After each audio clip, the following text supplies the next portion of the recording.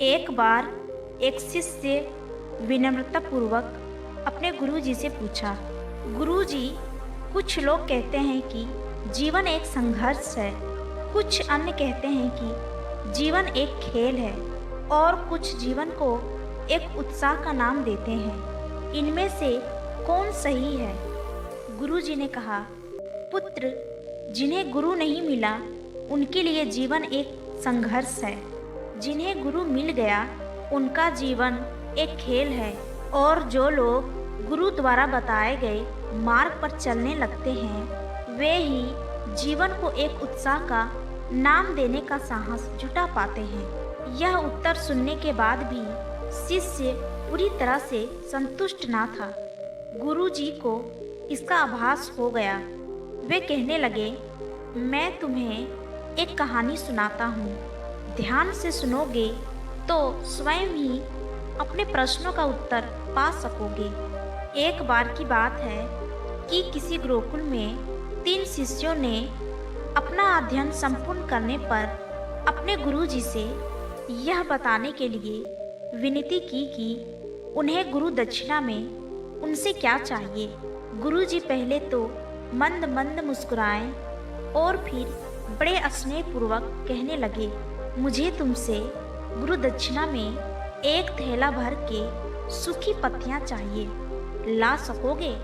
वे तीनों मन ही मन बहुत प्रसन्न हुए, क्योंकि उन्हें लगा कि वे बड़े आसानी से अपने गुरुजी की इच्छा पूरी कर सकेंगे। सूखी पत्तियां तो जंगल में बिखरी ही रहती है। वे उत्साहपूर्वक एक ही स्वर में बोले, जी गुरुजी, जैसी आपकी आज्ञा। अब वे तीनों शिष्य चलते चलते एक जंगल में पहुंच चुके थे, लेकिन यह देखकर कि वहां पर तो सूखी पत्तियां केवल एक मुट्ठी भर ही थी, उनके आश्चर्य का ठिकाना ना रहा।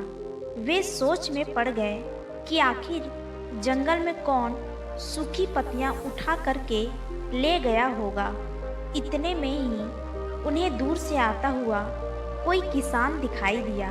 वे उनके पास पहुंचकर उनसे विनम्रतापूर्वक याचना करने लगे कि वह उन्हें केवल एक थैला भर के सूखी पत्तियां दे दे।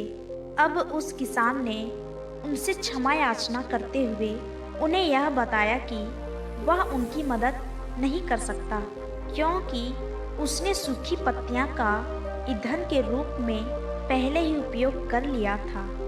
अब वे तीनों पास में ही बसे एक गांव की ओर इस आशा से बढ़ने लगे थे कि हो सकता है वहां उस गांव में उनकी सहायता कर सके।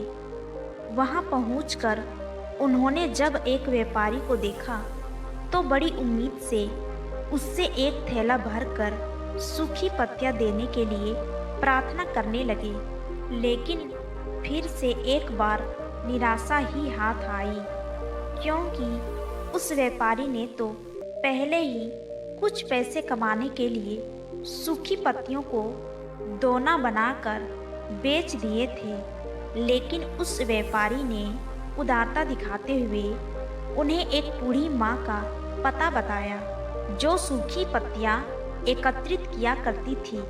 पर भाग्य ने यहाँ पर भी उनका साथ नहीं दिया, क्योंकि वह बूढ़ी माँ तो उन पत्तियों को अलग अलग करके कई प्रकार की औषधियाँ बनाया करती थी।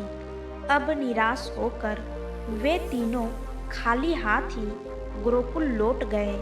गुरुजी ने उन्हें देखते ही स्नेहपूर्वक पूछा, पुत्रों, ले आए गुरु दक्षिणा? तीनों ने सर झुका लिया। गुरुजी दोबारा पूछे जाने पर उनमें से एक शिष्य कहने लगा, गुरुदेव, हम आपकी इच्छा पूरी नहीं कर पाए।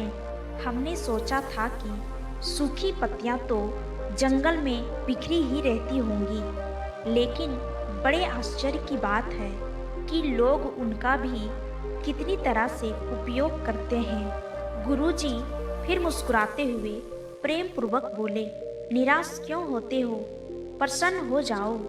और यही ज्ञान है कि सूखी पत्तियां भी व्यर्थ नहीं हुआ करती, बल्कि उनके भी अनेक उपयोग हुआ करते हैं। मुझे गुरु दक्षिणा के रूप में दे दो। तीनों शिष्य गुरु जी को प्रणाम करके खुशी खुशी अपने अपने घर की ओर चल गए।